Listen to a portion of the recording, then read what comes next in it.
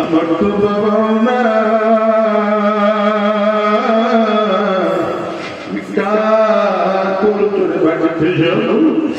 দুনিয়ার মুসলমান হযরত আবু বকর সিদ্দিক রাদিয়াল্লাহু আনহু মায়ের দিকে তাকাইয়া ডাকলেন, ওগো তুমি আমার যদি বলো একটা ছোট কাজ আমি করব, আমি তোমার কাজের মধ্যে ফোন করে আমার নবীর কাছে একটু যাইব। আমার নবী তাআলার কবে বসা আমি পাওয়া দিয়ে কাইকা নবীর কাছে যাওয়ার মতো সাধ্য আমার লাগে। কাফিররা আবার প্রচন্ড মার মেরেছে, আমার রক্ত ঝরেছে, আমার অবস্থা বড় খারাপ। আবু বকর সিদ্দিক রাদিয়াল্লাহু আনহু আস্তে করে কাঁধের মধ্যে হাতটা উঠায় ডাক দেয়, রে বাবা তুই যদি আমার বলো আমি কি তোর না নিয়ে পারি, চল না আমার কাছে চল।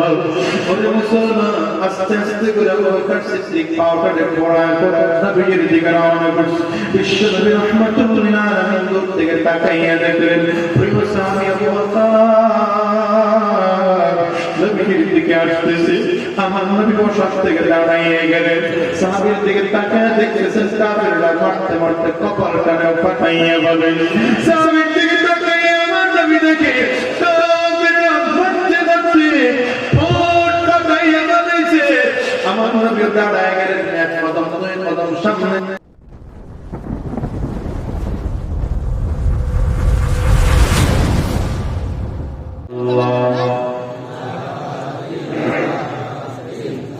जोरे आवाज दी जबान खुले ला इलाहा इल्लल्लाह ला इलाहा इल्लल्लाह ला इलाहा इल्लल्लाह ला इलाहा इल्लल्लाह ला इलाहा इल्लल्लाह ला इलाहा इल्लल्लाह ला इलाहा इल्लल्लाह ला इलाहा इल्लल्लाह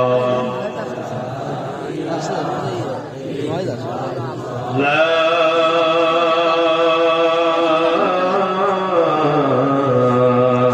इलाहा इल्लल्लाह मुहम्मदुर रसूलुल्लाह।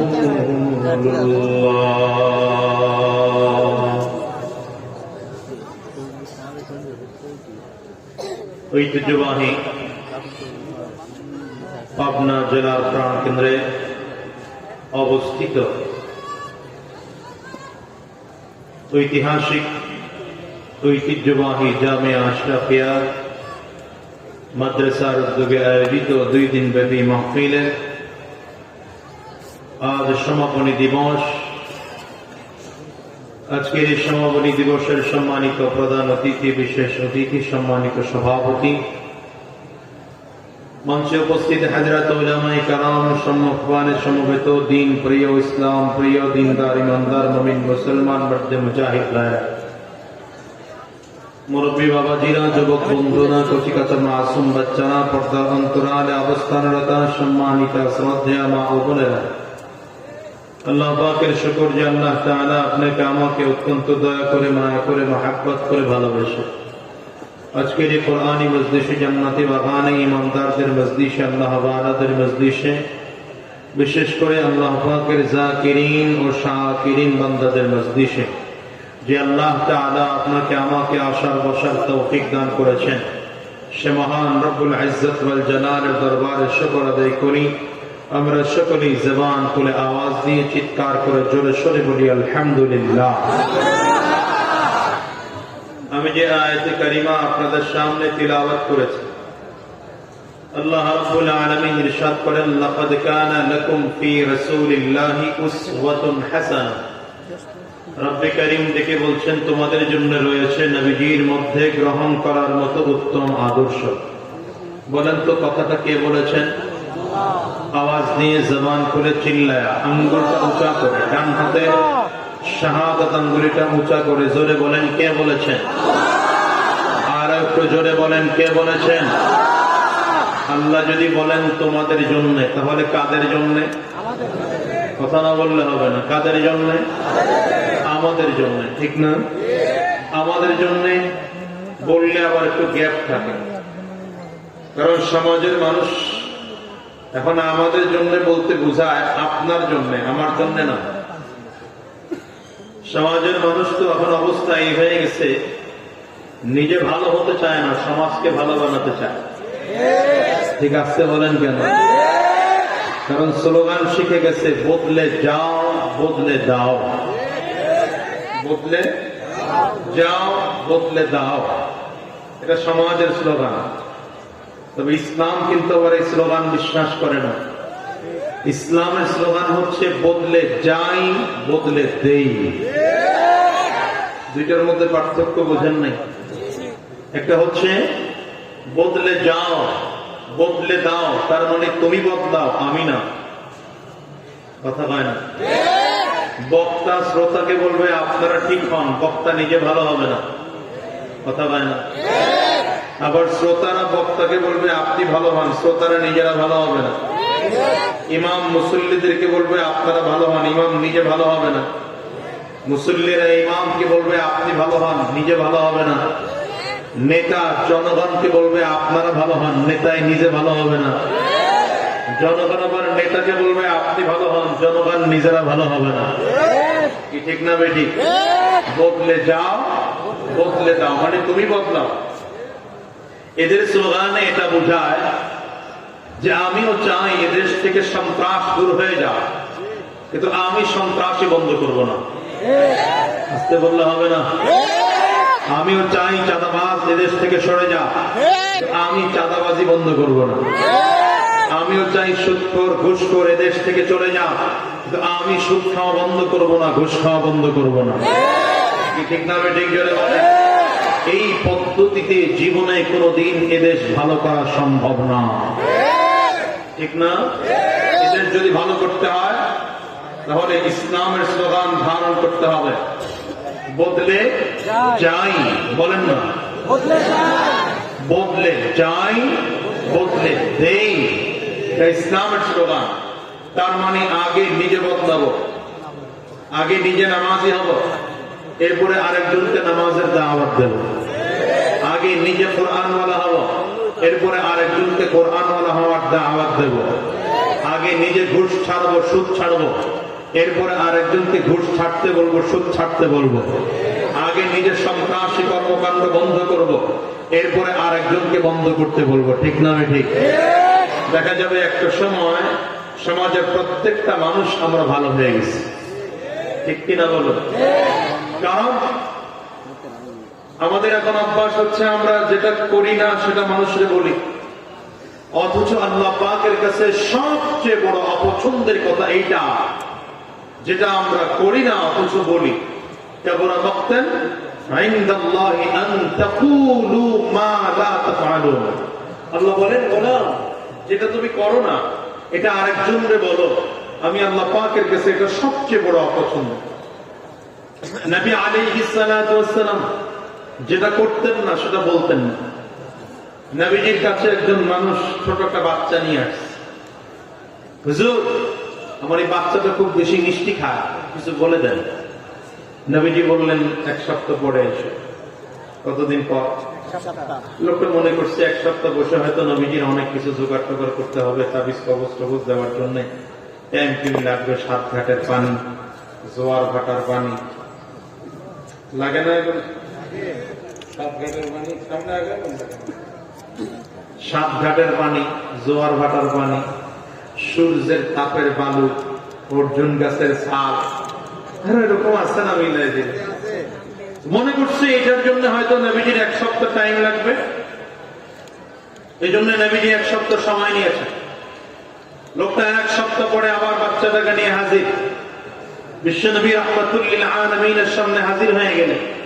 নবীজি বাচ্চাটার দিকে তাকায় একদম সাধারণ একটা ছোট্ট কথা বললেন, বাবা মিষ্টি একটু কম খায়। সুবহানাল্লাহ, বাড়ি যায়। বেচারা আশ্চর্য হয়ে গেছে, এটা কেমন কথা? এই ছোট্ট কথাটা বলার জন্য নবীজির 1 সপ্তাহ টাইম নেওয়া লাগলো।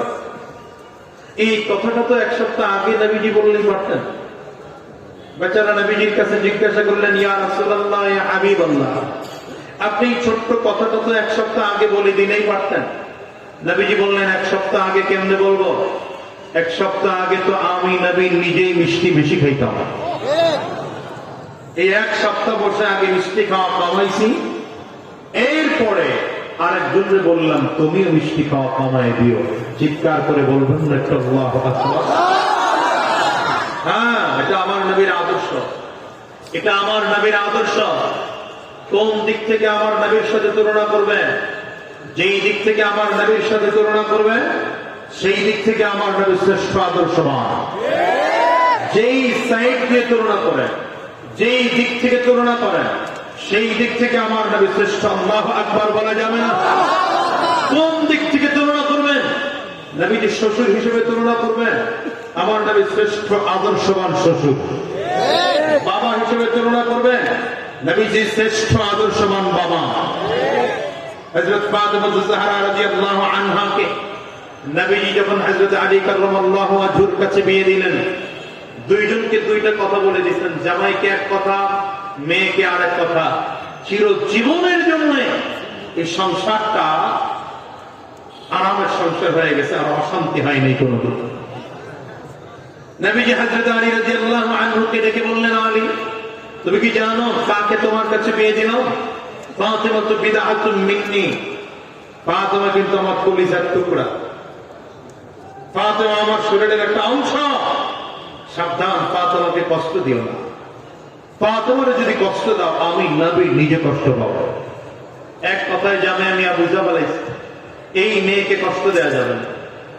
আবার মেয়েকে মাথায় তুলে রাখছেন তা না, মেয়েকে চমৎকার করে বললেন, মেয়ে তুমি জানো আনা মদিনাতুল ইলমি ওয়া আলীউন বাবুহা, কার কাছে তোমাকে বিয়ে দিয়েছে? আলী কে তুমি জানো?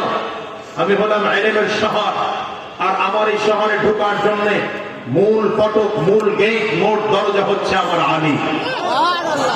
সুতরাং সাবধান, আমার আলীর সাথে বেয়াদবি করবে না। একজনকে বলছেন কষ্ট দিবা না, আর একজনকে বলছেন বেয়াদবি করবে না।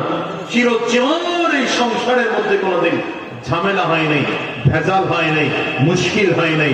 চিৎকার করে বলেন না আল্লাহু আকবার। এই জন্য বলেছি, কোন দিক থেকে আমার নবীর সাথে তুলনা করবেন, সেই যেই দিক থেকে তুলনা করেন আমার নবী সেই দিক থেকে শ্রেষ্ঠ আদর্শবান। যদি আমার নবীকে বাবা হিসেবে তুলনা করেন তো আমার নবী শ্রেষ্ঠ আদর্শবান বাবা। যদি শ্বশুর হিসেবে তুলনা করেন আমার নবী শ্রেষ্ঠ আদর্শবান শ্বশুর। যদি সন্তান হিসেবে তুলনা করেন আমার নবী শ্রেষ্ঠ আদর্শবান সন্তান। যদি জামাই হিসেবে তুলনা করেন আমার নবী শ্রেষ্ঠ আদর্শবান জামাই। যদি স্বামী হিসেবে তুলনা করেন আমার নবী শ্রেষ্ঠ আদর্শবান স্বামী। যদি ইমাম হিসেবে তুলনা করেন আমার নবী শ্রেষ্ঠ আদর্শবান ইমাম। যদি নেতা হিসেবে তুলনা করেন আমার নবী শ্রেষ্ঠ আদর্শবান নেতা। যদি রাজনীতিবিদ হিসেবে তুলনা করেন আমার নবী পৃথিবীর শ্রেষ্ঠ আদর্শবান রাজনীতিবিদ। যদি আপনি প্রেসিডেন্ট হিসেবে তুলনা করেন, যদি আপনি প্রেসিডেন্ট হিসেবে তুলনা করেন, তবে আমি আপনাকে বলবো বিশ্ব নবী রাহমাতুল লিল আলামিন, আমার নবী বিশ্ব নবী রাহমাতুল লিল আলামিন, government of Medina, government of Medina শ্রেষ্ঠ আদর্শবান প্রেসিডেন্ট। কিনা চিল্লায় বলো? এই দিক থেকে আমার নবীকে তুলনা করবেন, সেই দিক থেকে আমার নবী শ্রেষ্ঠ। চিল্লায় বলেন না আল্লাহু আকবার। मेरा नबी मेरा नबी मेरा नबी है, वो मेरा नबी मेरा नबी मेरा नबी है। बोलें ना, वो मेरा नबी मेरा नबी मेरा नबी है, वो मेरा नबी। মানে না আওয়াজ হয় না, যুবকদের আওয়াজ হয়, যুবকদের আওয়াজ শেষ হয়ে গেছে। পাবনার মানুষ তো আজাদি পাবনার কাছে অপরিচিত হওয়ার কথা না। পাবনার মানুষ তো জানার কথা যে আজাদি অন্তত আওয়াজ জোরে না হলে কথা বলতে পারে। অবশ্যই ইদানিং কেন যেন কি কারণে ব্যস্ততার জন্য পাবনাতে আসা হয় খুব কম। এই বছরের প্রথম, পুরো বছরে এই প্রথম আসা হচ্ছে। আস্তে আস্তে করে দায়িত্ব বেড়ে যাচ্ছে, মাহফিল গুলো কমায় দেওয়া লাগতেছে। এই জন্য আওয়াজ কি কমায় দিচ্ছেন নাকি আপনার? না, আজাদিরে আপনারা পর করে ফেলাইছেন। কথা কয় না তো? আওয়াজ বাড়ানো যাবে না? সবাই মিলে একসাথে, वो मेरा नबी मेरा नबी,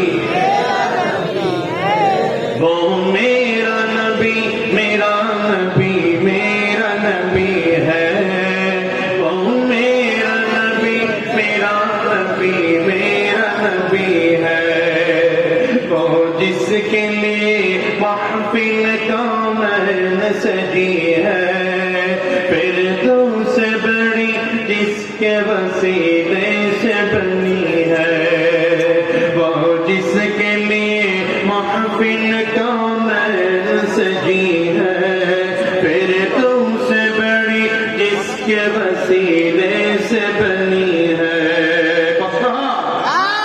वो हाशिमी मक्की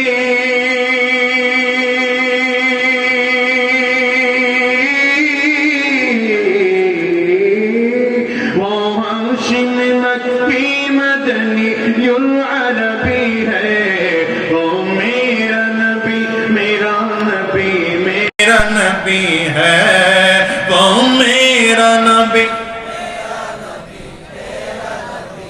अहमद है मुहम्मद है वही खत्म रसूल है, मखदूम मुरब्बी है वही वाली कुल है, अहमद है मुहम्मद है वही खत्म रसूल है, मखदूम मुरब्बी है वही वाली कुल है। अल्लाह अकबर को उस पर भी नजर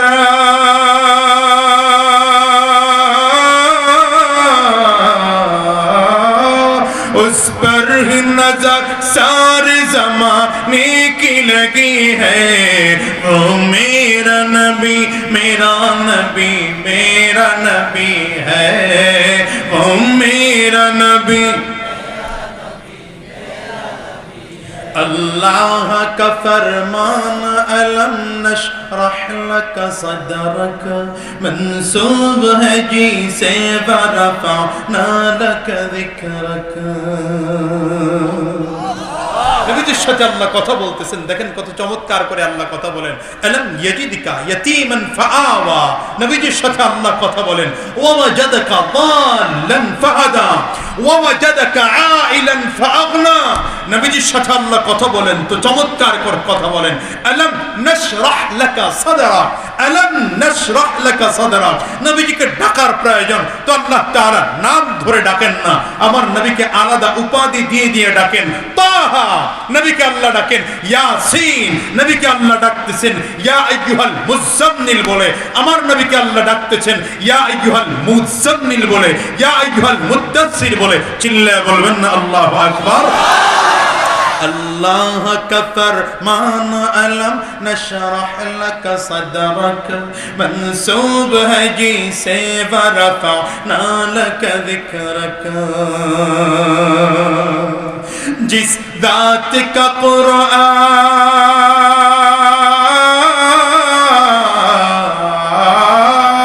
जिस जात का कुरान में भी जिक्र जली है, वो मेरा नबी मेरा नबी मेरा नबी है, बोले वो मेरा नबी मेरा नबी मेरा नबी है, वो मेरा नबी मेरा नबी मेरा नबी है, वो मेरा नबी है।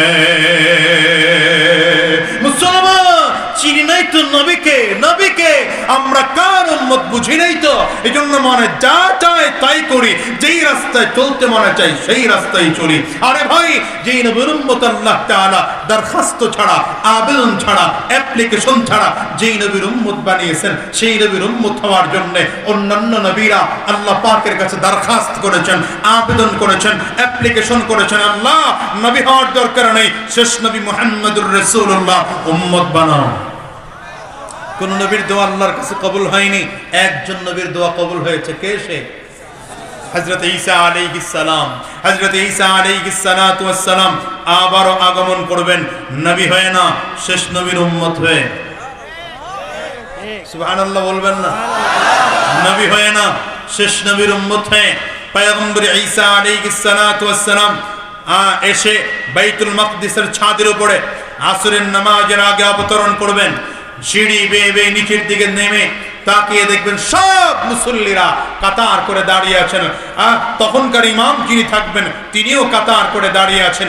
ইমাম সাহেব হযরত ঈসা আলাইহিস সালাতু ওয়াস সালামকে দেখে ইমামতির মুসল্লা ছেড়ে দিয়ে বলবেন, পয়গম্বর আজকে আপনি ইমামতি করেন। হযরত ঈসা আলাইহিস সালাতু ওয়াস সালাম বলবেন, আজকে জমিনে নবী হয়ে আসিনি, জমিনে নবী হয়ে আসেনি, শেষ নবীর উম্মত হয়ে এসেছি। সুতরাং ইমাম নয়, মুহাম্মদুর রাসূলুল্লাহ উম্মতের পেছনে মুসল্লি হয়ে নামাজ আদায় করব। সম্মান কত আমার বুঝি নাই তো, আমি কোন নবীর উম্মত বুঝি নাই তো। সব নবীরা জান্নাতে ঢোকার পরে উম্মতের মধ্যে সবার আগে শেষ নবীর উম্মত মানে আমরা আল্লাহ জান্নাতে যাওয়ার সুযোগ দেবেন। আল্লাহ কবুল করুন, আমিন বলেন। আওয়াজ দিয়ে ভালো করে আমিন বলেন। আমিন কয় মনে হয় যেন আমিনেরও করোনায় পাওয়া গেছে কি? আমিনও লকডাউন দিয়ে রাখছেন নাকি? লকডাউন কইলা চিল্লায় জোরে বলেন আমিন।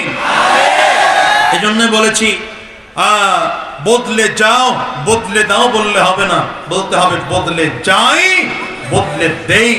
এবার বলুন, আল্লাহ তাআলা যদি বলেন লাকাদ কানা লাকুম ফি রাসূলিল্লাহি উসওয়াতুন হাসানা, তোমাদের জন্য রয়েছে নবীজির মধ্যে গ্রহণ করার মতো উত্তম আদর্শ। আল্লাহ যদি আমাদেরকে উদ্দেশ্য করে বলেন তাহলে কাদেরকে আল্লাহ বলেছেন? আমাদেরকে বললে একটু গ্যাপ থাকে, এই জন্য প্রত্যেকে বলবো আমাকে বলেছেন।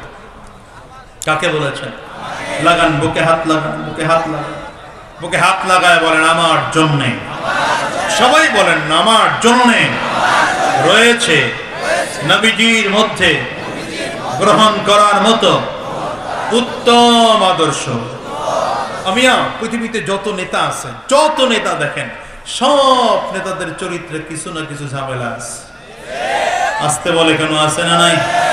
হ্যাঁ, প্রত্যেকটা নেতার মধ্যে খেয়াল করে দেখবেন কিছু না কিছু ভেজাল, কিছু না কিছু ত্রুটি, কিছু না কিছু মুশকিল আছে। কিন্তু একমাত্র নেতা আপনার আমার নবী সরওয়ারে দু আলম আহমদ মুজতবা মুহাম্মদ মুস্তাফা চিৎকার করে বলেন সাল্লাল্লাহু আলাইহি ওয়াসাল্লাম, আমার নবীর চরিত্রের মধ্যে কোনো ঝামেলা, ত্রুটি, ভেজাল, মুশকিল। সুতরাং যদি নেতা কাউকে মানতে হয় যুবক, দুনিয়ার কাউকে নয়, নেতা মানলে আমার নবীকে নেতা মানবা। কাকে নেতা মানবা বলো? কারণ তুমি যাকে নেতা মানতেছ ওই নেতা তোমাকে দিন দিন চরিত্রহীন বানাচ্ছে। ওই নেতা তোমাকে সিগারেটের টান দিতে শিখিয়েছে। ওই নেতা তোমাকে গাঞ্জাখোর বানাচ্ছে। ওই নেতা তোমাকে ইয়াবাখোর বানাচ্ছে। ওই নেতা তোমাকে হারামখোর বানাচ্ছে। ওই নেতা অন্যভাবে আরেকজনের গায়ে আঘাত করতে শিখিয়েছে। তুমি যদি ওই নেতা বাদ দিয়ে আমার নবীকে নেতা মানতা, আমার নবীকে যদি তুমি নেতা মানতা, তো আমার নবীরকে নেতা মানার কারণে চরিত্রবান হতে পারতা, ইমানদার হতে পারতা, কোরআনওয়ালা হতে পারতা, দিনদারওয়ালা হতে পারতা। ঠিক কিনা বলো? সুতরাং সব নেতাবাদ, নেতা হবে আমার নবী। নেতাকে তোমার নেতা আমার নেতা, তোমার নেতা আমার নেতা বিশ্ব নবী মুস্তাফা। ঠিক আছে তো? আমার নবীর জন্য একটা স্লোগান হবে নাকি? পারবেন নাকি? স্লোগানটা দিতে পারবেন? বলবো তোমার নেতা আমার নেতা বিশ্ব নবী মুস্তাফা। ঠিক আছে? আমরা সবাই রাসূল সেনা, ভয় করি না। এটা তো প্রশিক্ষণ দেওয়া ছিল মনে হয় আগে, এটা ভুলে গেলে চলবে কেমনে? আমরা সবাই রাসূল সেনা। মাশাআল্লাহ, এই মনিটরের সাউন্ডটা একটু বাড়ায় দিই। পারবেন না ইনশাআল্লাহ? এটা কোনো ব্যক্তির স্লোগান না, কোনো দলের স্লোগান না, এটা জাতির স্লোগান না, এটা আমার নবীর ঈমানের স্লোগান, মুসলমানদের ঈমানের স্লোগান। ঠিক কিনা বলেন? গলা কাশি দিয়া ক্লিয়ার করেন। আরে কাশতেও জানে না তো পাবলার লোকজন দেখা যায়। ভালো করে কাশি দেন মিয়া। হ্যাঁ, কাশি দিলে হিসাব নিকাশ হবে। বুঝো না? আবার হাত দুইটা উঁচা করেন, টান টান করে উঁচা করেন। ডানে আর বামে তাকায় দেখেন হাত কে তুলে নাই, মনে করবেন হ্যাঁ অলস ফেডারেশনের সভাপতি। তুলছে তো, হাত তুলছেন সবাই। স্টেজের হুজুররা তুলছে, আপনারা তাকায় দেন, আমি দেখবো না। তুলছে সবাই? মাশাআল্লাহ। এবার কণ্ঠের যতটুকু আওয়াজ পুরোটা আওয়াজ ছেড়ে দিয়ে তাকবীর দিতে হবে। রেডি? হাতগুলো মুঠ করে দেন, জোরে ঝাঁকি দেন, আওয়াজ দিয়ে ঝাঁকি দেন। হ্যাঁ, ঝাঁকির চোটে আবার আরেকজনের নাক ফাটাই দিয়ে দিছেন তো, ঝাঁকি দিছেন তো। এবার কণ্ঠে যতটুকু আওয়াজ আছে পুরোটা আওয়াজ ছেড়ে দিয়ে তাকবীর দেব, ঠিক আছে? নারে তাকবীর। হয় না, নির্বাচনের মতো হয় না। আরো জোরে নারে তাকবীর, নারে তাকবীর। আমার নেতা তোমার নেতা বিশ্বনবী মুস্তাফা, আমরা সবাই রাসূল সেনা, ভয় করি না বুলেট বোমা। নারে তাকবীর, কোরআন সুন্নাহর আলো, কোরআন সুন্নাহ যেখানে, আলেম ওলামা যেখানে, সুদ ঘুষ যেখানে। কি কয়? নাই তো, নাই তো, সুদখোর নাই তো আপনাদের এলাকায়? হ্যাঁ আছে? ঘুষখোর, মদখোর, জুয়াখোর, ক্যাসিনোখোর তো আছে তো, নাই কোন কে আবার? আমরা নাই। আচ্ছা, খালি কয় দেশটার মধ্যে নাই। কি কইছে নাই? দেশে কত কিছু আছে না, কিছু পক্ষে কমা লাগে না, বুঝেন? শত হইলে তো সরকারের একটা পার্ট তো। এখন এতদিন ক্ষমতা টমতা ছাড়া আছিল, এখন তো টুকটাক আইছে, একদম কিছু না করলে হয়, কথা কয় না। এই দেশে বলে কিছুই নাই উন্নয়নের, কত কিছু আছে মিয়া। সুদ দেওয়ার লোক আছে, নেওয়ার লোক আছে, কথা কয় না তো। আছে ভাই, আছে আছে অনেক কিছুই আছে, অফিসে ঘুষ আছে, দেওয়ারও মানুষ আছে। আছে ভাই, আছে আছে অনেক কিছুই আছে, অফিসে ঘুষ আছে, দেওয়ারও মানুষ আছে। দুর্নীতির শীর্ষে আছে কে? আমরা চ্যাম্পিয়ন, কিন্তু আবার চ্যাম্পিয়ন আরে একবার না 5 বার হইছি, কথা কয় না। আল্লাহ দিলে আরো। কিসে কিসে কিসে? দুর্নীতিতে। বুকটা উঁচা করে কান, কিসে? আবার কয়, দেখছেন? দুর্নীতিতে চ্যাম্পিয়ন হয়েছে, এটা আবার কয়। শরম লজ্জাও নাই? হ্যাঁ, আল্লাহ কবুল করুক, আল্লাহ কবুল করুক।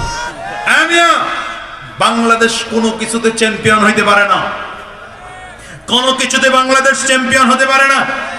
লাইতে লাইতে করে চ্যাম্পিয়ন হবে, তাও পারে না। ফুটবল ফুটবল ফুটবল খেলে চ্যাম্পিয়ন হবে, পারছে আজ পর্যন্ত? ক্রিকেট ছোট্ট একটা টেনিস বল পিটায়া চ্যাম্পিয়ন গিরি লইয়া, তাও পারে না। বুঝেন নাই? ক্রিকেট খেলে বাংলাদেশ থেকে যখন যায়, আরে বাবা রে বাবা, এক একজন টাইগার, সব টাইগার, জুতা টাইগার, প্যান্ট টাইগার, জাঙ্গে টাইগার, পায়জামা টাইগার, কথা বলে না। যেই গাড়িটাই করে এয়ারপোর্ট পর্যন্ত যায়, গাড়িটারও টাইগার বানায় যায়, পারলে বিমানটারও টাইগার বানায়। গেছে তো টাইগার হইয়া, ফিরার সময় ফিরে কিসে? যুবকরা কও। আমি কই নাই কিন্তু ভাই, হেরাই কইছে। মিয়া বিশ্বকাপ আনতে যায় না, বিশ্বকাপ না, আজ পর্যন্ত চায়ের কাপ আনতে পারছে মিয়া, বিশ্বকাপ। এদের পিছনে আমার দেশের সরকার লক্ষ লক্ষ টাকা ইনভেস্ট করছে, আর আমার মাদ্রাসার ছাত্রগুলো, কওমি মাদ্রাসার সন্তানগুলো মাত্র 15 বছর, মাত্র 20 বছরের সন্তানগুলো সারা বিশ্বের প্রতিযোগিতায় চ্যাম্পিয়ন হয়ে বাংলাদেশে ফিরছে। কয় টাকা ইনভেস্ট আছে আমার সরকারের, বলো? কয় টাকা ইনভেস্ট আছে? কয়েকজন মন্ত্রী গিয়েছে আমার হাফেজ কোরআন চ্যাম্পিয়ন হয়ে বাংলাদেশে ফেরার পরে এয়ারপোর্টে রিসিভ করার জন্য? হাফেজ নাজমুস সাকিব, হাফেজ আবু রায়হান, হাফেজ সাইফুর রহমান তুকি, হাফেজ তরিকুল ইসলাম, হাফেজ জাকারিয়া, হাফেজ তরিকুল ইসলাম তো বিশ্বের 103টা দেশের মধ্যে চ্যাম্পিয়ন হয়েছে বাংলাদেশের সন্তান। আশ্চর্য হয়ে যাবেন, 63টা দেশের মধ্যে সাইফুর রহমান তোকি ফার্স্ট হয়েছে, চ্যাম্পিয়ন হয়েছে। যেই দেশে কোরআন নাজিল হয়েছে, যেই দেশে কোরআন নাজিল হয়েছে, যাদের ভাষায় কোরআন নাজিল হয়েছে, সেই দেশে গিয়ে বাংলাদেশের সন্তান কোরআনের প্রতিযোগিতায় চ্যাম্পিয়ন হয়। আপনি কি মনে করেছেন? কি মনে করেছেন এটা আমার দেশের সম্পদ, এটা আমার গর্ব, এটা আমার অহংকার, ঠিক কিনা বলো? অথচ আমরা তাদেরকে রিসিভ করার জন্য এয়ারপোর্ট গেলাম। এয়ারপোর্ট যাওয়ার পরে 3.5 ঘন্টা দাঁড় করায় রেখা, এরপরে সর্বোচ্চ 10 জন ঢুকবেন, এর বেশি ঢুকেন। এই দেশে করোনা এমনি আসে না, বহুত কারণে করোনা আসে। রব্বে কারীম নিজে ডেকে বলছেন, যাহারাল ফাসাদু ফিল বাররি ওয়াল বাহরি বিমা কাসাবাত আইদিন নাস। জমিনের মধ্যে যত দাঙ্গা হাঙ্গামা, ব্ল্যাক ফাঙ্গাস, এরপরে ওমিক্রন, করোনা, যা দেখো সব তোমরা নিজেরা হাতে কামাই করো। এগুলো আমি আল্লাহ দেই না, হাতে নিজে কামাই করে নিয়েছো, ঠিক কিনা বলুন? সুতরাং কেউ থাকবে না কোরআনের পক্ষে, কেউ থাকবে না। আমরা কোরআনের পক্ষে থাকবো, আমরা দ্বীনের পক্ষে থাকবো, আমরা ইসলামের পক্ষে থাকবো। প্রয়োজনে রক্ত দেব, প্রয়োজনে জীবনটা দেব। কারা কারা তৈয়ার আছো? দাঁড়িয়ে যেতে হবে মুসলমান।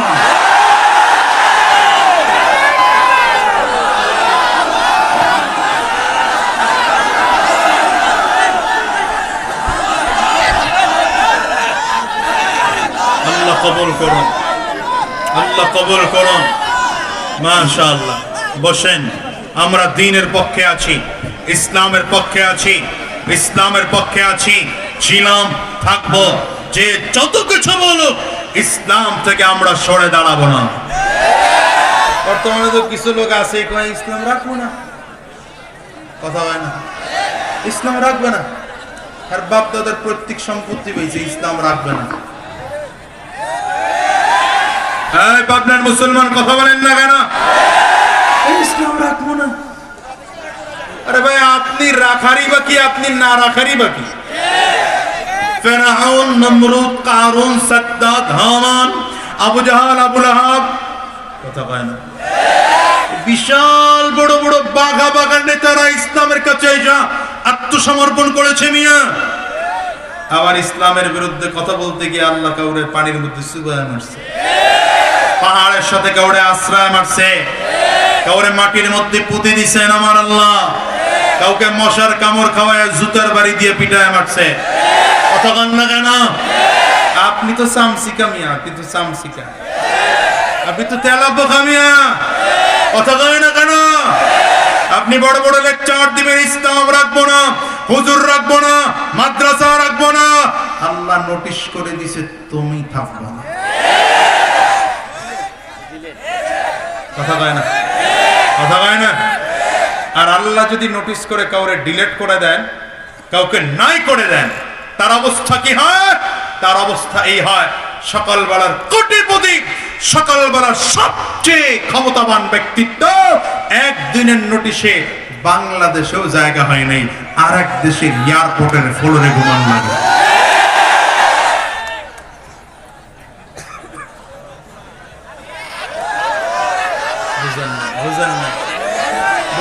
বুঝেন নাই? পৃথিবীর কোথাও জায়গা হবে না, কোথাও জায়গা হবে না। কথা বলেন না কেন? ফিরআউন যখন মারা গেছে, মানুষ বিশ্বাসই করে না, বিশ্বাসই করে। তাফসীর কিতাবে এসেছে, মানুষ বিশ্বাস করে না। এত বড় একজন ক্ষমতাবান মানুষ পানিতে ডুবে মরছে, হইতেই পারে না। পানি বলে ঘৃণা হয়, পানি ঘৃণা হয়, বলে আমি রাখবো না আমার ভেতরে। ছিটকায়া চরের মধ্যে ফেলে দিছে, ছিটকায়া চরের মধ্যে ফেলে দিছে, পানি গ্রহণ করে নাই। পানি ঘৃণা করেছে, মশা ঘৃণা করেছে, কথা বলে না। পোকামাকড় ফেরাউনের লাশ ঘৃণা করেছে। মুসলমান মনে রাখতে হবে, ইসলামের বিরুদ্ধে যারা কথা বলে, এই জাতির ঘৃণিত হয়ে যায়। সে মাটি ঘৃণা করে, বাংলাদেশ ঘৃণা করে, কানাডা ঘৃণা করে, জাপান ঘৃণা করে, সারা বিশ্ব তাকে ঘৃণা করে। মারলেও বাকি হয় না।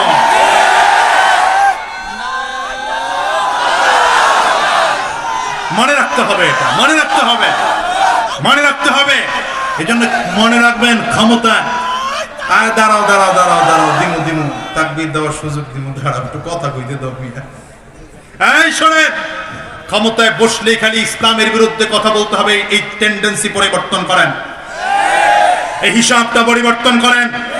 ক্ষমতায় বসেও ইসলামের পক্ষে কথা বলা যায়, কথা বলেন না কেন? ক্ষমতায় বসেও ইসলামের পক্ষে কথা বলা যায়, আলেম হয়েও ক্ষমতায় বসা যায়। যদি কেউ দেখে বিশ্বাস না হয় আজাদের দিকে তাকাও, খেলা মাত্র শুরু হয়েছে, খেলা শেষ হবে কবে আল্লাহ ভালো জানেন। কথা বলেন না কেন মিয়া? আলেমরা মাত্র ক্ষমতায় বসতে আরম্ভ করেছে, ইনশাআল্লাহ সুম্মা ইনশাআল্লাহ একটা সময় এমন হবে দুর্নীতিবাজদের বাংলায় জায়গা হবে না, বেঈমানদের জায়গা হবে না, মুশরিকদের জায়গা হবে না। বাংলাদেশ কোরআনের দেশ হবে, ইসলামের দেশ হবে। কারা কারা তৈয়ার আছো আরেকবার চালাতে হবে মুসলমান।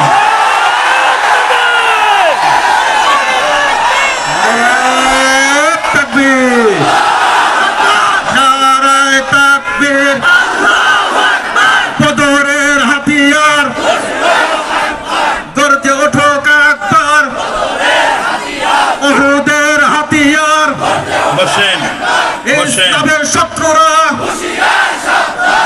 শোনেন, মনে রাখবেন আমরা যেমন গরম হতে পারি তেমন আমরা ঠান্ডাও হতে পারি। কথা কয় না? ঠিক কিনা বলুন? আমরা নবীজির আদর্শে আদর্শবান, আমরা নবীজির কাছ থেকে আদর্শ শিখি, সাহাবায়ে কারামদের কাছ থেকে আদর্শ শিখি। একদিকে নরম আর একদিকে গরম, যতক্ষণ নরম হলে চলবে ততক্ষণ নরম থাকবো, যখন নরম হলে আর চলবে না তখন আর মুসলমান নরম থাকে না, তখন গরম হয়ে যায়। রাগ করলেন মনে হয়, অসুবিধা হলো মনে হয়। এই জন্য যুবকদেরকে বলবো সব নেতা বাদ দাও, নেতাকে পায় না তো, পায় না তো নেতাকে। নবী মুহাম্মদুর রাসূলুল্লাহ নেতাকে, তোমার নেতা আমার নেতা বিশ্ব নবী মুস্তাফা। ঠিক কিনা বলেন? প্রশ্ন করবেন হুজুর জীবনে অনেক কিছু আদর্শ দেখলাম, আমার নবীর আদর্শ মানলে কি হবে? এক কথায় উত্তর নিয়ে নেন, নবীজির আদর্শ যদি মানা হয় দুনিয়ায় শান্তি, পরকালে মুক্তি পাওয়া যায়। দুনিয়ায় শান্তি বলে না তো, দুনিয়ায় শান্তি পরকালে মুক্তি পাওয়া যায়। সবাই বলতে হবে দুনিয়ায় শান্তি পরকালে মুক্তি পাওয়া যায় একমাত্র নবীজির আদর্শে। সুতরাং যদি আমার নবীর আদর্শ পেতে চাও, যদি দুনিয়ায় শান্তি পেতে চাও, পরকালে মুক্তি পেতে চাও, আমার নবীর আদর্শের বিকল্প নাই। প্রশ্ন করবেন হুজুর নবীজির আদর্শ আজ থেকে 1400 বছর আগে, 1450 বছর আগে নবীজি দুনিয়ার থেকে বিদায় হয়ে গিয়েছেন। আজকে 1450 বছর পরে নবীজির আদর্শ কই পাবো? নবীজির আদর্শ কই পাবো? তাও জবাব নবীজির ইন্তেকালের পরে সাহাবায়ে কেরাম আমাদের জন্য রেখে গিয়েছেন। নবীজির ইন্তেকালের পর সাহাবায়ে কেরামদের এক জামাত আম্মা জান আয়েশা সিদ্দিকা রাদিয়াল্লাহু আনহার কাছে গিয়ে প্রশ্ন করলেন, আম্মা জান কাইফা কানা খুলুকুন নবী সাল্লাল্লাহু আলাইহি ওয়াসাল্লাম, আম্মা জান নবীজির চরিত্রটা কেমন ছিল? আচ্ছা বলেন তো সাহাবায়ে কেরাম কি জানতেন না আম্মা জানের চরিত্র, নবীজির চরিত্র কেমন ছিল? অবশ্যই জানতেন। তারপরে কেন প্রশ্ন করলেন? প্রশ্ন করে বুঝাইতে চাইলেন, আম্মা জান আপনি তো নবীজির এক বিছানার মানুষ, আপনি তো নবীজির এক দস্তরখানের মানুষ, আপনি তো নবীজির আগের পরে সব সময় ছিলেন। হতে পারে গোপন গোপন এমন কিছু চরিত্র আছে যেগুলো আমরা হয়তো জানি না, অথচ সেটা উত্তম, আমরা একটু সেটা জানতে চাই। আম্মা জান কোনো গোপন চরিত্রের কথা উল্লেখ করলেন না, আম্মা জান ডাইরেক্ট সাহাবায়ে কেরামদেরকে পাল্টা প্রশ্ন করলেন, সাহাবীরা আফাতাকরাউনাল কুরআন, তোমরা কি কোরআন পড়ো না? তোমরা কি কোরআন পড়ো না? আম্মা জানের প্রশ্নে সাহাবায়ে কেরাম বললেন, বলা অবশ্যই পড়ি, আমরা অবশ্যই কোরআন পড়ি। আম্মা জান উত্তর করলেন, কানা খুলুকুহুল কুরআন। সুবহানাল্লাহ বলবেন না? নবীজির চরিত্রটাই কোরআন। উলামায়ে কেরাম এখানে আছেন, আমি প্রায় বলি, আজকে কথাটা বোঝানোর জন্য বলি।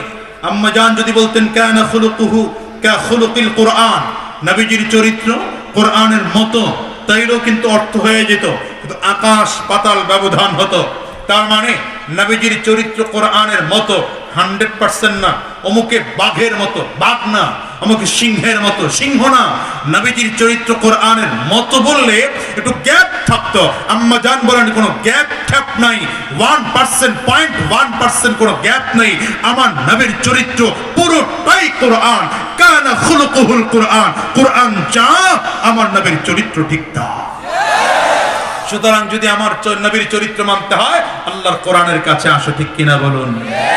সমাধান চাও যদি জীবনে মরণে, ফিরে যাও খুঁজে নাও চোখ রাখো কোরআনে, ঠিক কিনা?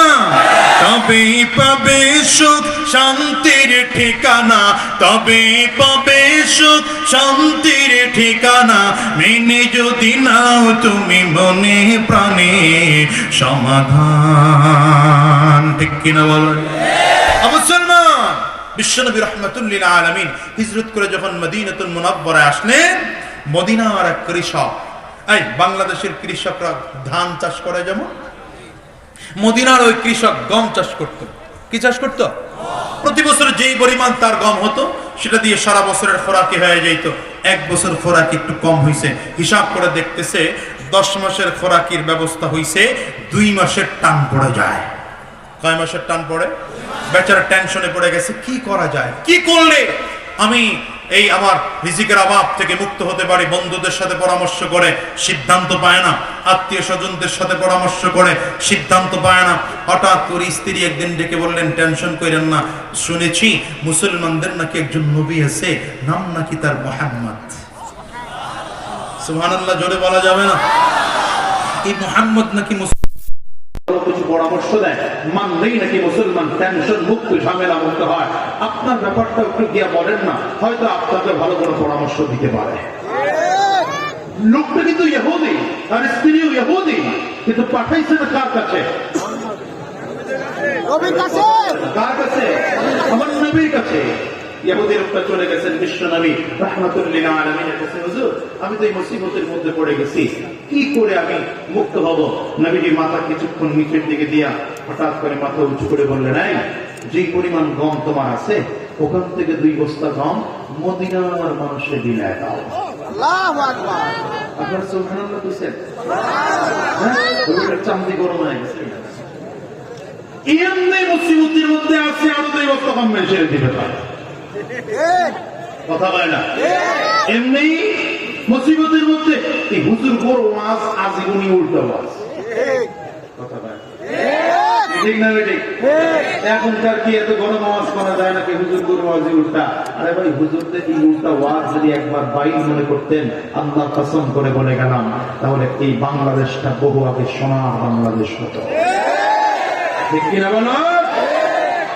হুজুর গুরু আসলা যেমন খালি আপনারা উল্টাই মনে করছেন। তো লোকটা স্ত্রীর কাছে এসে ডাকতেছে, তার কাছে পাঠাইছে না, এমনি মুসিবতের মধ্যে আছি, আর 2 বস্তা গম ছেড়ে দিতে হয়। স্ত্রীকে, আরে মুহাম্মদ বলছে একটা ব্যাপার স্যাপার আছে। সুবহানাল্লাহ বলো, যাও যাও, মুহাম্মদ যেহেতু বলছে যাও। বউয়ের কাছে কিন্তু সবাই টুকটাক ধরা,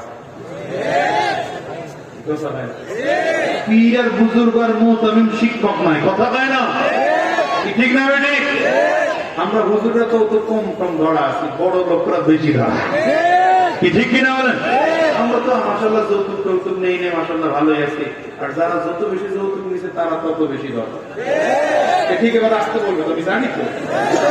ঠিক আসতে বলবে, জান এই রোগের রোগী মাঠের মধ্যে আছে।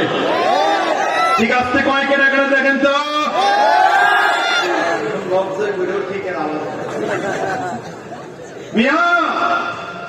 যুবক যারা আছে, যুবকদেরকে বলি, চাইলে রাস্তাঘাট থেকে 2-1 বিয়ে করে এলো না মিয়া, জীবনটা শেষ হয়ে যাবে, ধ্বংস হয়ে যাবে। এত মনে না কেন? ঠিক কিনা? পছন্দ হয়েছে, কত বড় কম বক্ত, নানা এক আহম্মক। এটা ওই বাপের কাছে এসে পরিচয় করে, বাবা এটা তোমার বুঝতে গো? নাই নাই নাই, হ্যাঁ আসতে গেলে আস্তে আস্তে। ফেসবুক চিনেননি? আপনার লোক চিনে ফেসবুক? মুরব্বীরা 2-1 জন আগে জিজ্ঞান না, মনে করবো এরা খাওয়ানোর মানে কইছি। এরা তো সারা জীবন পাঙ্গাস মাছ, ইলিশ মাছ, কোয়াল মাছ, কি বলে এই বড় বড় মাছের নাম শুনছে, ফেসবুক মনে করছে ফেসবুক আর একটা মাছের নাম। আরে এরা বুঝে নাকি? মুরব্বী না বেতন বুঝেন ফেসবুক কারাটা কেমনে বুঝবে? ঢাকায় বসে বয়ান করতেছি, মাহফিল কমিটির সভাপতি আমার একটা হুজুর ইফতিজিন সম্পর্কে একটু কথা বলবেন। আমি চিন্তা করলাম ইফতিজিন সম্পর্কে কথা বলবো, সব বুঝবে। সামনে দুজন মুরব্বী বসার দেখে ডাক দিলাম, বাজান ইফতিজিন কারাটা চিনেন? আমার দিকে তাকায় খুব বিনয়ের সাথে করে, বাজান তোমরা নতুন নতুন আলেম মানুষ, কত সুন্দর কোরআন হাদিস ঘাটো, আমরা তো মুরব্বী মানুষ, অত পুরনো সাহাবীর নাম আমাকে মনে থাকে।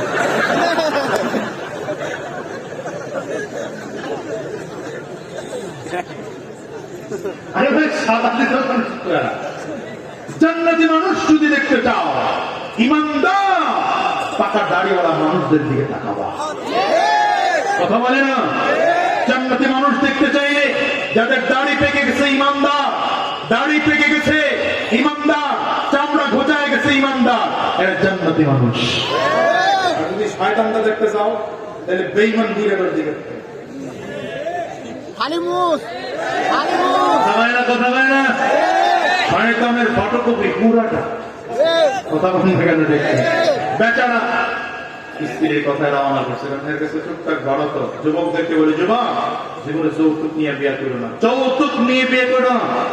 যারা আছো যৌতুক নিয়ে যদি বিয়ে করো, খানা তোমার পাকায় খাওয়াবে তো দূরের কথা, উল্টো তোমার পাকায় তারে খাওয়ান যাবে। কি বিশ্বাস হয় না? কয়েক জমা আগে এসেছেন আমার কাছে, হঠাৎ করে এক মুসল্লি এসে হুজুর আমি আপনার লোকে খানা খাবো। কেন? আজকে শুক্রবার দিন আপনি বাসায় সময় দিবেন, সারা সপ্তাহ পারেন না? হয় না, হয়তো ঝামেলা আছে। কি ঝামেলা? তো আমার ঘরে ইসলামিক কায়দা চলে, একবারে ইসলামিক কায়দা। কেমনে? 3 দিন আমি পাকাই, 3 দিন হয় পাকাই। সপ্তাহের মাঝখানের দিন তো দুইজনে মিলে পাকানোর কথা।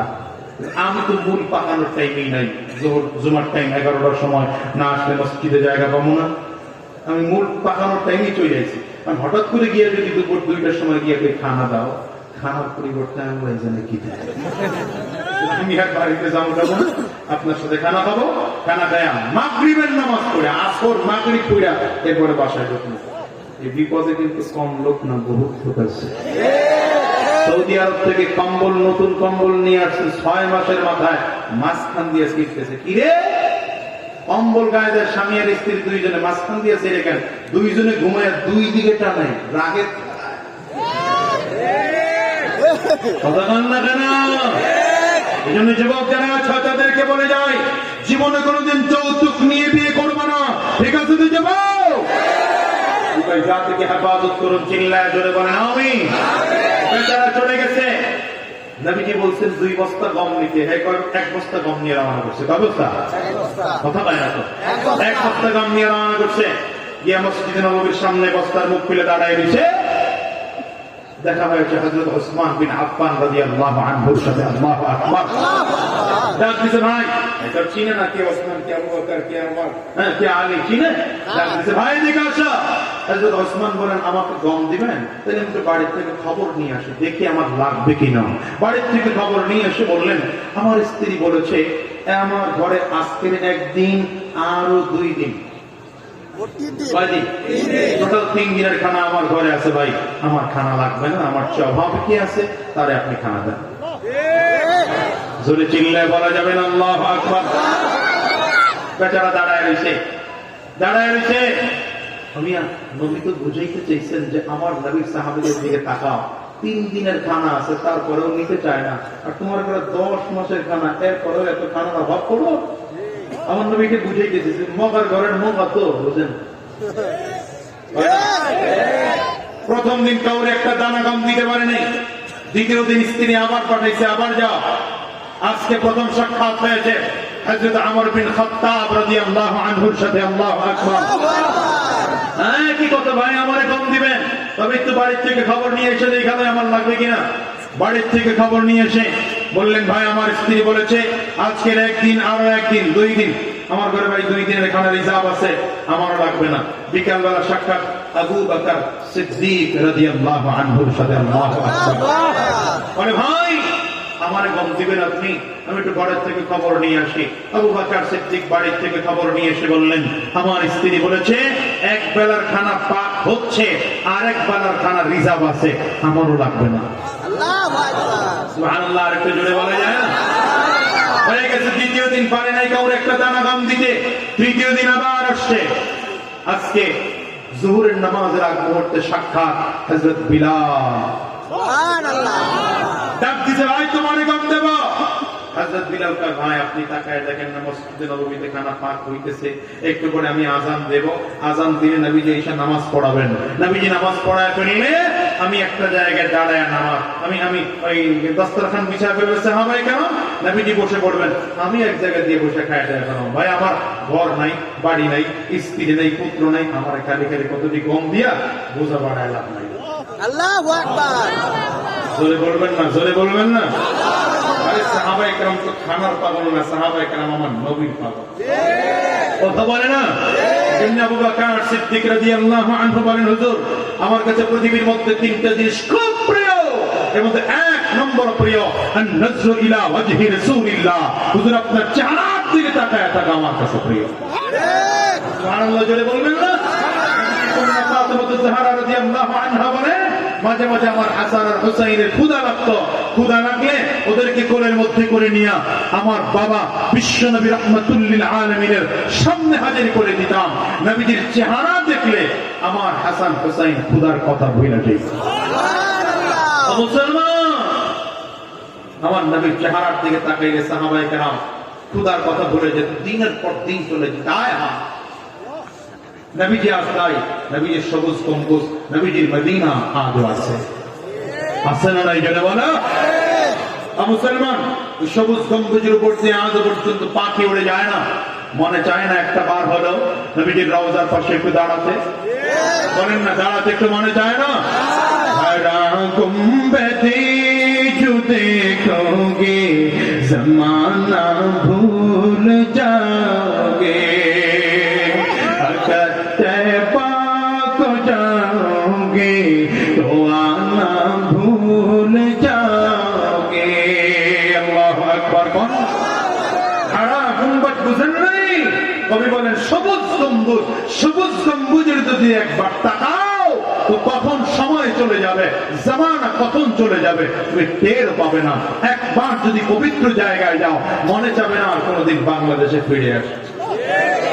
हरा गुंबदे जो देखोगे जमाना भूल जाओगे, अगर तैबा को जाओगे तो आना भूल जाओगे।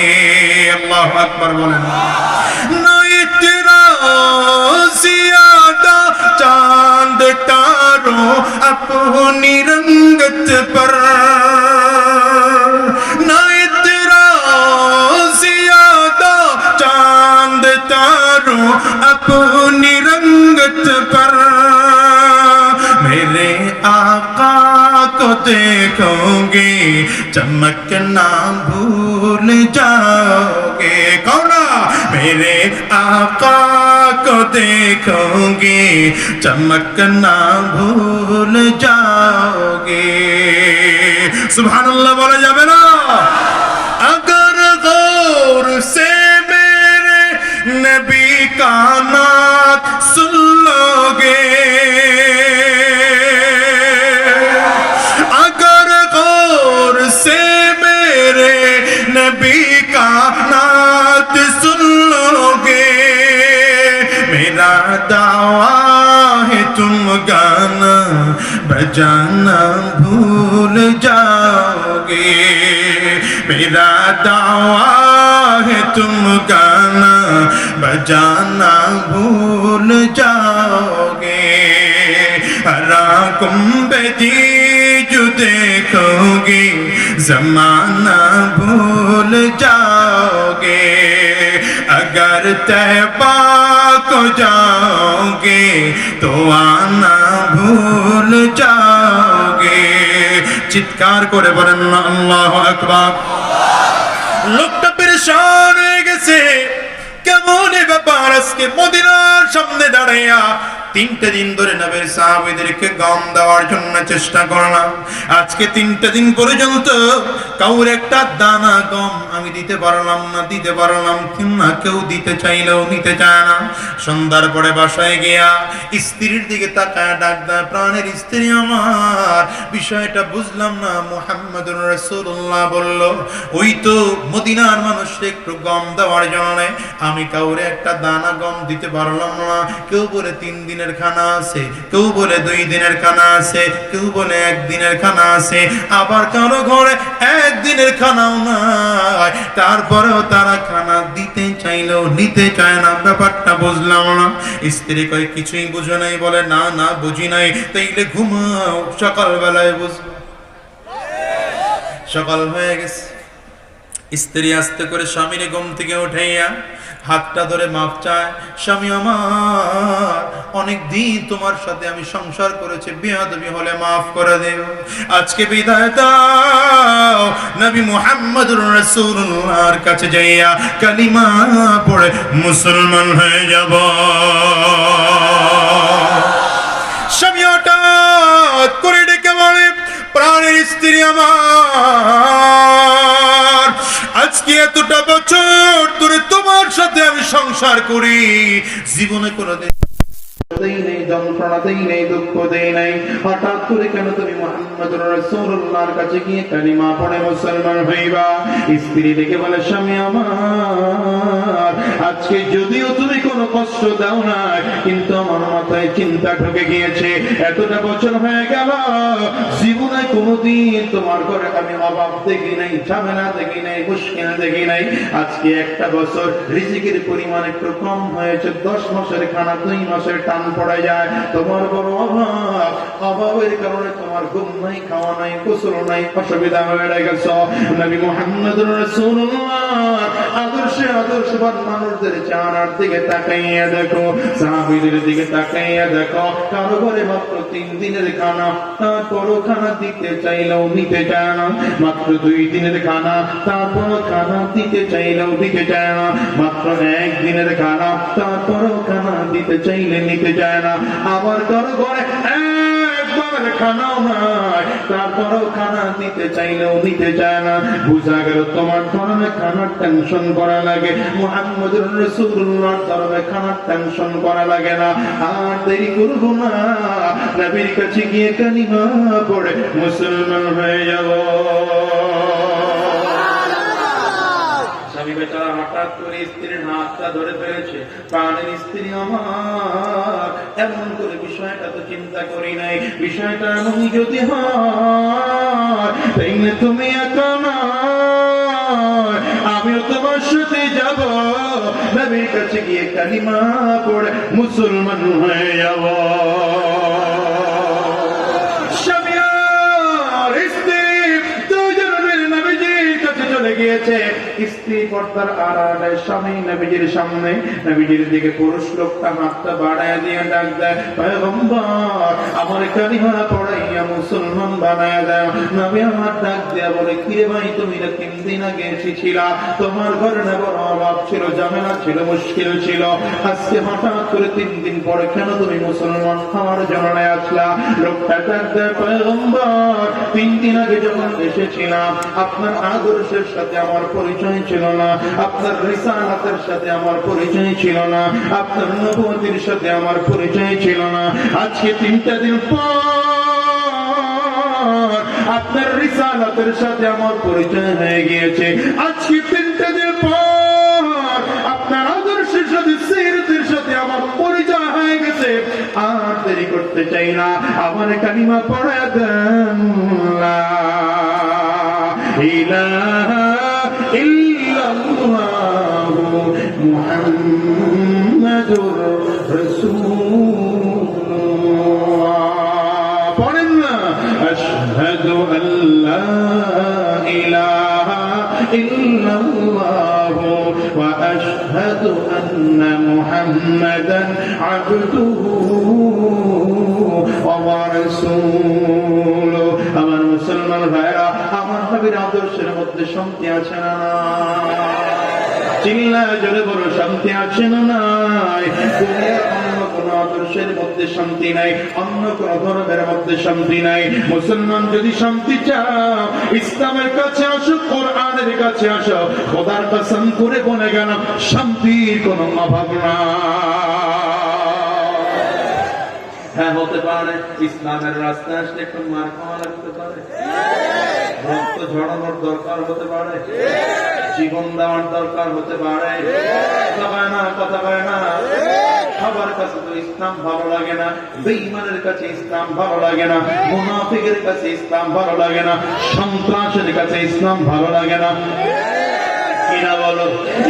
নবী আমার বিশ্বনবী রাহমাতুল্লাহ লিল আলামিন আল্লাহ পাকের আয়াত শুনাইয়া জানায় দেয়, আয় আল্লাহ, পৃথিবীর মানুষ যদি ইমানদার হতে পারে কার মতো, আমিনু কামা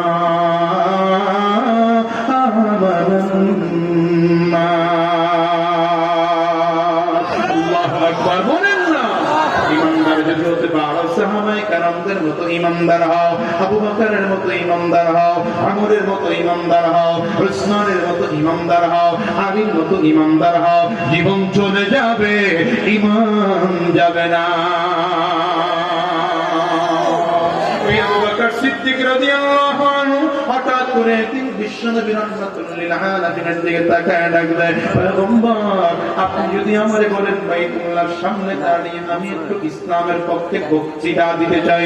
আমার নবী ডেকে বললেন, তোমার কি সাহস হয়? মুসলমানের সংখ্যা খুব কম, এত অল্প সংখ্যক মুসলমানের সামনে কেমনে তুমি ইসলামের পক্ষে তুমি বক্তব্য দিবা? কাফিররা তো হয়তো মেজাজ গরম হয়ে যাবে। আবু বকর সিদ্দিক বললেন, পয়গম্বর, আপনি শুধু পারমিশন দিবেন, আপনার পারমিশন দিতে দেরি, বাইতুল্লাহর সামনে দাঁড়াইয়া আমার বক্তব্য দিতে দেরি হবে না। নবী আমার পারমিশন দিয়ে দিলেন। আবু বকর সিদ্দিক বাইতুল্লাহর সামনে দাঁড়াইয়া ইসলামের পক্ষে, কাবার পক্ষে, কোরআনের পক্ষে, দ্বীনের পক্ষে, রিসালাতের পক্ষে, আমার নবীর সিরাতের পক্ষে বক্তব্য দিতে আরম্ভ করলেন। বেঈমানদের মেজাজ গরম হয়ে গেল, হাতের সামনে যা পায় তা দিয়ে আবু বকর সিদ্দিকের উপরে হামলা করতে আরম্ভ করেছে। কেউ তার বাড়ির বাট দিয়ে পিটায়, আবার কোন বদমাশ আইসা ঘোড়া তাড়ানোর চাবুক দিয়ে আবু বকর সিদ্দিক রাদিয়াল্লাহু আনহুর উপরে আঘাত করে। আবার কেউ লাঠি দিয়া আবু বকর সিদ্দিকের উপরে হামলা করতে আরম্ভ করেছে। এক একটা বাড়িগুলো জোরে জোরে মারে। আবু বকর সিদ্দিক রাদিয়াল্লাহু আনহুর চামড়াগুলো ফেটে যায়, রক্তগুলো টপ টপ টপ টপ করে পড়ে। কাফিররা মারতে মারতে বেহুশ বানাইয়া বানাইছে আবু বকর সিদ্দিককে। আবু বকর সিদ্দিককে উত্তপ্ত মরুভূমির বালুর মধ্যে বেহুশ করে বানাইয়া রাখছে। ওরা মনে করছে আবু বকর মনে হয় মরেই গেছে, বেঁচেই নাই, মৃত মনে করে ওরা ফেলে রেখে চলে গেছে। এদিকে আবু বকর সিদ্দিক রাদিয়াল্লাহু আনহুর গোত্রের লোকজনগুলো দাঁড়াদড়ি করে বাসায় নিয়ে আসলেন। মাতার কাছে বসে চোখের পানিগুলো ছেড়ে কান্না করল। আর সন্তানটার বিপদের দিকে তাকায় তাকায় থাকে, সন্তানটার দিকে তাকায় তাকায় দেখে কাফিররা মারতে মারতে আবু বকর সিদ্দিকের কপালটাকে ফাটাইয়ে ফেলেছে। আবু বকর সিদ্দিক রাদিয়াল্লাহু আনহু কাফিররা মারতে মারতে ঠোঁট ফাটাইয়ে ফেলেছে। কাফিররা এমন মার মেরেছে, মক্কার কাফির মুশরিকরা মারতে মারতে অঙ্গ প্রত্যঙ্গের বিভিন্ন জায়গায় দাগ বসায় ফেলেছে। মা চোখে পানি, মা বারবার করে ডাক দিয়া বলে, রে বাবা, আমি তোরে হারাই ফেলাইতে বসছিলাম রে বাবা, কেন তুই মদিনায় ইসলামের, কেন তুই মক্কায় ইসলামের পক্ষে কথা বলতে গেছিস, কেন তুই কোরআনের পক্ষে কথা বলতে গেছিস? আবু বকর সিদ্দিকের কোনো হুঁশ নাই। আশ্চর্য ব্যাপার, আশ্চর্যের ব্যাপার, অনেকক্ষণ পরে হুঁশ ফিরে এসেছে। কপালটা ফাটা, ঠোঁট ফাটা, অঙ্গ প্রত্যঙ্গের বিভিন্ন জায়গায় রক্তের দাগ। হঠাৎ করে মায়ের দিকে তাকায়া, দাদা মা, আমার বলো না আমার নবীজি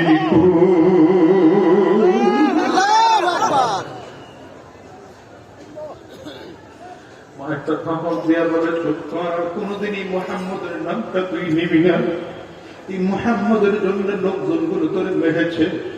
আবু বকর সিদ্দিক বলেন, মা গো, কেমনে আমার নবীর নামটা না নিয়ে পারি? আমার নবীর চেহারার দিকে তাকাইলে তোমার সমস্ত দুঃখগুলো ভুইলা যায়।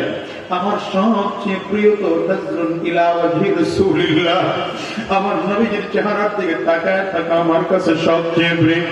মা, আমি কেমন করে আমার নবীর চেহারাটা না দেখে পারবো? মা পেয়ালার মধ্যে একটুখানি দুধ নিয়ে হাজির হয়ে গেছে। বাবা, এই দুধটুকু পান কর। প্রচন্ড রক্ত ঝরেছে তোর শরীর থেকে, দুধটুকু পান করলে শরীরটা একটু ভালো হয়ে যাবে। আবু বকর সিদ্দিক মায়ের দিকে তাকাইয়া বারবার করে দুধের পেয়ালাটা সরায় দেয়।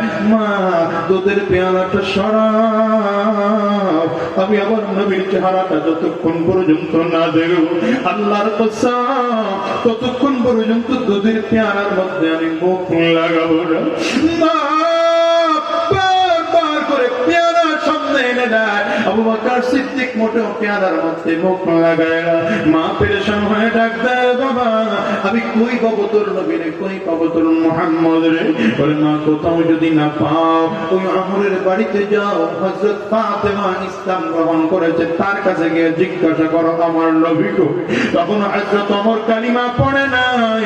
ওমরের বোন ফাতেমার কাছে গিয়ে হযরত আবু বকর সিদ্দিকের মা ডাক দেয়, মা গো, তোদের নবী কই? হযরত ফাতেমা চিন্তা করলেন, আবু বকর সিদ্দিকের মা এখনো কালিমা পড়ে নাই, এর কাছে নবীজির সন্তান বলা যাবে না, যদি বলি নবীজির উপরে কোনো হামলা করে ফেলতে পারে। তিনি বাহানা করে বললেন, মা, আমি বলতে পারবো না, তবে আপনার সন্তানটাকে একটু দেখে আসতে পারে।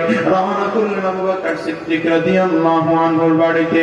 আবু বকর সিদ্দিক রাদিয়াল্লাহু আনহুর দরজা দিয়ে যখন ঢুকে, হঠাৎ করে তাকায় ডাক দেয়, বোন আমার একটু বল না, আমার নবী কই? হযরত ফাতিমা মুখের মধ্যে আঙ্গুলটা রেখে ডাক দেয়, না রে ভাই না, জোরে বলো না, তোমার মা শুই না পালাবে। আবু বকর সিদ্দিক বললেন, না, আমার মা শুনলে কোনো অসুবিধা নাই, তুমি আমারে বলো আমার নবী কই? হযরত ফাতিমা বলেন, ভাই, একটু আগে থেকে আসছি, আমার নবী দারুল আরকামে যায়েদ ইবনে আরকামের বাড়িতে বসা। খবর পাইতে দেরি হয়। আবু বকর সিদ্দিক মায়ের হাতটা টান দিয়ে বুকের সাথে লাগাইয়া দেয় আর ডাক দিয়া বলে, মা গো,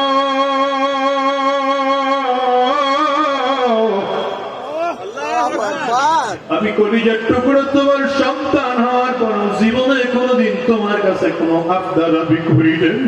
এটা ছোট্ট আবদার করবো গো মা, তুমি কি আমার আবদারটা রাখবা নাকি বলো? মা চোখের পানি গুলো ছেড়ে কান্দে। আবু বকর সিদ্দিক চোখের পানি ছেড়ে কাঁদে। মা ডাক দিয়ে বলি, রে বাবা, তুই যদি আমারে বলো, আমি কি তোর কথা না রেখে পারি? আমি তোর জন্য আমার কলিজাটা কেটে ফেলতে পারি, আমি তোর জন্য সব কিছু করতে পারি, তোর জন্য আমার জীবনটা বাজি পর্যন্ত রাখতে পারি। এর দুনিয়ার মুসলমান হিসাব বিনায় দেখে একজন মা সন্তানকে যেই পরিমাণ ভালোবাসে, জীবন চলে যায়, সন্তানের ভালোবাসা কিন্তু কোনোদিন কমে না। ঠিক না বেটে আওয়াজ করে বল, এই পাবনার মুসলমান, আজকের এই মাহফিলটার মোনাজাত করে দিলে হয়তো বাসায় যাইবা, দরজার মধ্যে তুমি টোকা দিবা, হয়তো তোমার মা দরজা করবে, এই জন্য তোমার কাছে মায়ের কথা শুনলে তেমন খারাপ লাগে না। আমি আজাদের দিকে তাকাও, আজকে আমার মালিক আমার সব দিছে, সম্পদ কম দেন নাই, টাকা পয়সা ক্ষমতা কোন দিক দিয়ে কম দেন নাই, কিন্তু আমার মনে বড় দুঃখ, আজকে মা আমার দুনিয়ার জমিরে নাই। তুমি বাসায় গিয়ে আমার ডাক দিবা, মা তোমার দরজা খুলবে, আমি বাসায় গিয়ে দরজার মধ্যে টোকা দিলাম, মা দরজা খুলবে না। যুবক, আমি তোরে কেমনে বোঝাবো জানি না।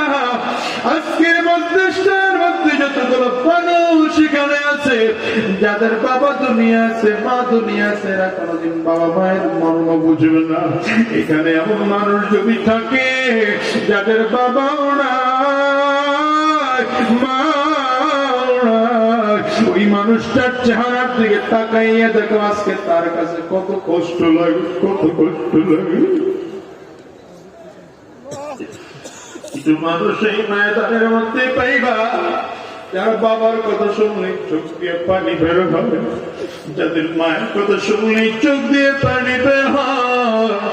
আজকের মজলিসটার মধ্যে আমার মতো কার কার মা নাই, একটু হাতটা উঠে করে দেখা। আর কার বাবা না, হাতটা উঁচা করে দেখাও। আবার কলিজার টুকরো যুবকগুলো তাকায় দেখুন, হাতগুলো নামায় তুলে রাখে, হাতগুলো তুলে রাখে। আবার যে সকল যুবকরা বাবারে কষ্ট দেয়, মারে কষ্ট দেয়, এই যুবকগুলো একটু তাকায় দেখুন মাহারা মানুষগুলো কেমনে কান্দে।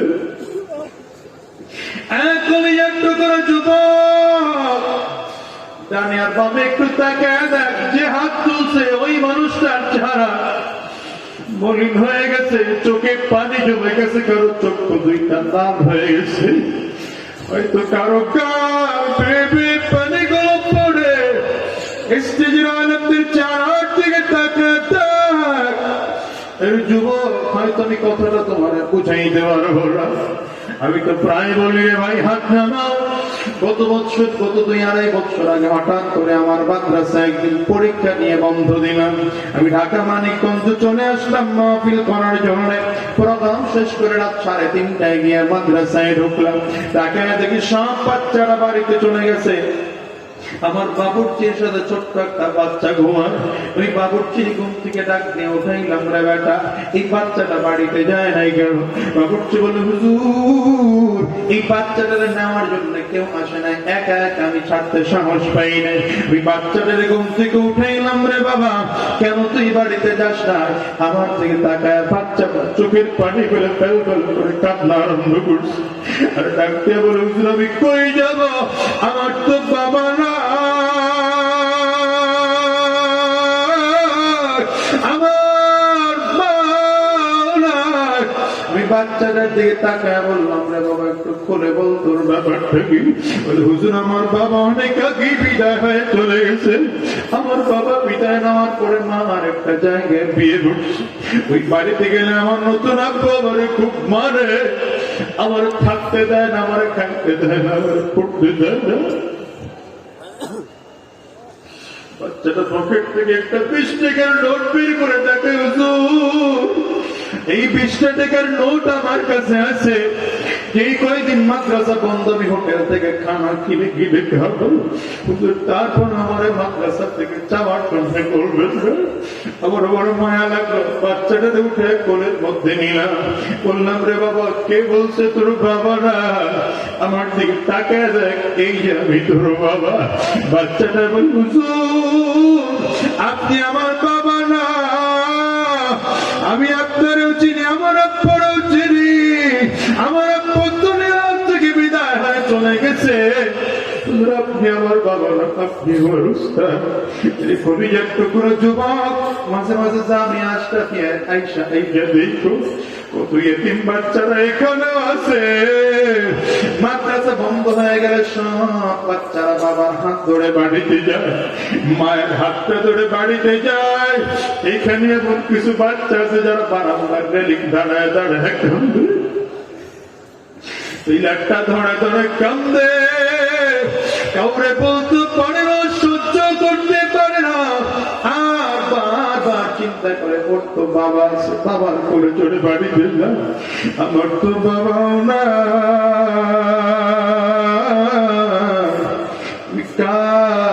কোল চড়ে বাড়িতে যাবো। আরে দুনিয়ার মুসলমান, হযরত আবু বকর সিদ্দিক রাদিয়াল্লাহু আনহু মায়ের দিকে তাকাইয়া ডাক দেয়, ওগো মা তুমি আমার যদি বলো একটা ছোট্ট কাজ আমি করব, আমি তোমার কাজের মধ্যে পার করে আমার নবীর কাছে একটু যাইব। আমার নবী দারুলের কমে বসা, আমি পাও দিয়ে হাইকা হাইকা নবীজির কাছে যাওয়ার মতো সাধ্য আমার নাই। কাফিররা আমার প্রচন্ড মার মেরেছে, আমার রক্ত ঝরেছে, আমার অবস্থা বড় খারাপ।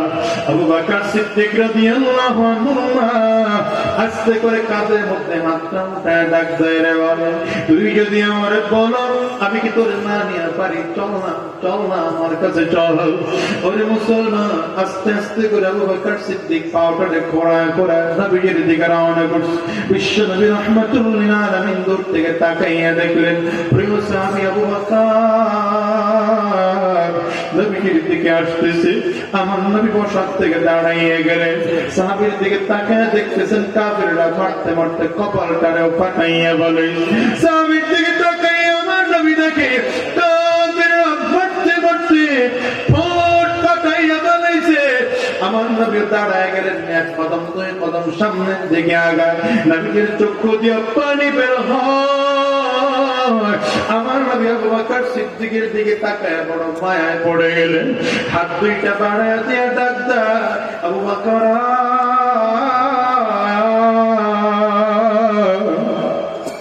আমার কাছে আবু বকর আমার কাছে নবীজির ডাক শুনে না আবু বকর সিদ্দিক রাদিয়াল্লাহু আনহু হুমড়ে খেয়ে জমিনের মধ্যে পড়ে গেলেন, হাঁটতে পারেন না। নবী আমার দৌড়ায় গিয়ে আবু বকর সিদ্দিককে উঠে বুকের মধ্যে লাগাইয়া চাপ দেয়। নবীজির পাইয়া আবু বকর সিদ্দিক রাদিয়াল্লাহু আনহু একবার কপালের মধ্যে চুমা দেয়, একবার মাথার মধ্যে চুমা লাগায়। নবীজির একবার হাতের পিঠের মধ্যে, একবার হাতের তালুর মধ্যে চুমা লাগায়। আমার নবীর দিকে তাকাইয়া আবু বকর সিদ্দিক বললেন, ইয়া রাসূলুল্লাহ, ইয়া হাবিবাল্লাহ, মক্কার কাফিররা কি আপনাকে খুব মেরেছে? আপনার কি কোনো ক্ষতি হয়েছে নাকি গো পয়গম্বর? আল্লাহর নবী তাকায় কয়, আরে আবু বকর না, আমার কোনো ক্ষতি হয় নাই, মক্কার কাফিররা তোমারই তো প্রচন্ড বার মেরেছে। আবু বকর সিদ্দিক বলেন, নবী গো, মক্কার লোকজনগুলো যদি আমার মারতে মারতে দুনিয়া থেকে বিদায় কইরা বানাইতো, আমার কোনো আফসোস ছিল না গো নবী, আফসোস ছিল না। হুজুর আপনি যদি ঠিক থাকে আমার দুনিয়ার সব হারাইলেও আমার কোনো আফসোস নাই। এই দুনিয়ার মুসলমান হিসাব মিলায় দেখো, নবীর সাহাবায়ে কেরাম যদি নবীর জন্য এতটা কষ্ট করতে পারে, নবীর ওই দ্বীনের জন্য, নবীর ওই ইসলামের জন্য, নবীর ওই কোরআনের জন্য, আমরা নবীর পক্ষে থাকতে পারবো কি পারবো না? হাত দুইটা উঁচা করে দেখা। নবীজির দ্বীনের রাস্তায় কারা কারা থাকবো হাত গুনা তুলে দেখাও। চোখের পানিটা পালাইয়া চিৎকার করে জোরে ডাক দাও আল্লাহ, আওয়াজ দিয়ে আরো জোরে ডাক দাও। চোখে পানি না আসলে কান্নার বাঁধ ধরে ডাক দাও আল্লাহ। একটু বাবা নাই, মা নাই, আব্বা আম্মার কথা স্মরণ করে কান্দো। অনেকের জোরের ভাই নাই, আহারে জোরের ভাইয়ের কথা স্মরণ করে কান্দো। নিজের গুনাহের কথা স্মরণ করে কান্না করো, জাহান্নামের আযাবের কথা স্মরণ করে কান্না করো।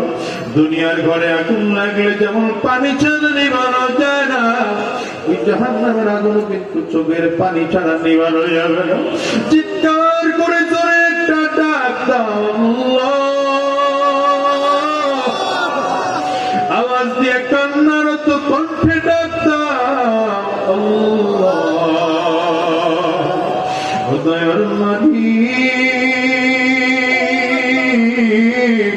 মেহেরবানি করে তোমার গোলামদের জিন্দেগির গুনাহগুলো মাফ করে দাও, আমাদেরকে নবীর তরিকায় চলার তৌফিক দিয়ে দাও। চিল্লায় বলো আমিন, আরো জোরে